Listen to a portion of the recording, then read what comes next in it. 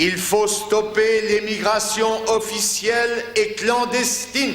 Il est inadmissible de laisser entrer de nouveaux travailleurs immigrés en France, alors que notre pays compte près de 2 millions de chômeurs français et immigrés.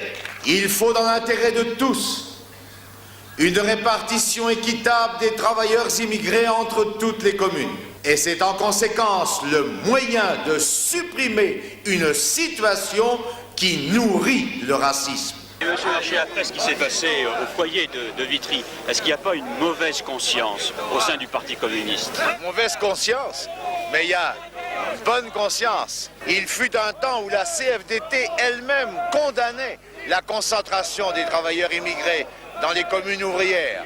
Mais il a suffi que le Parti communiste pose clairement le problème devant les travailleurs et la population pour que la CFDT et le Parti socialiste se retournent par anticommunistes et qu'ils renient les positions qui étaient les leurs hier. Les problèmes de l'immigration, ce serait pour utiliser et favoriser le racisme.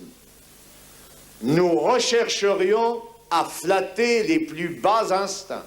Comme l'autre jour, un dirigeant socialiste, ils crient tous en chœur « pétainisme ». Quelle honte!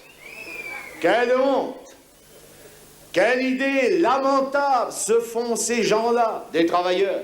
Nous pensons que les immigrés qui sont en France et qui ont contribué et contribuent encore au développement de l'économie doivent rester dans notre pays, où ils doivent bénéficier des mêmes droits et avantages sociaux que les travailleurs français.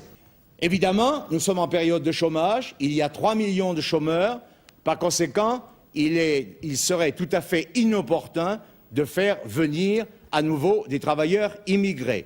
Ce sont les patrons qu'il faut poursuivre parce que la loi le permet, parce que ce sont eux qui font venir clandestinement en France des travailleurs immigrés. Nous pourrions aller plus loin et accorder aux travailleurs immigrés le droit de vote pour les élections municipales. Après tout, ils vivent dans la commune et il serait bien qu'ils aient aussi leur mot à dire sur les problèmes concernant la vie communale. Depuis le début, nous n'avons jamais cessé de combattre le Front National.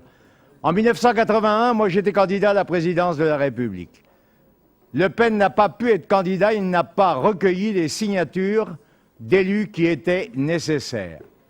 Le Pen a été fabriqué pour les besoins de la cause. Pour combattre vigoureusement Le Pen, il ne faut pas mener une politique sur laquelle lui s'appuie pour développer son influence. On connaît son fonds de commerce.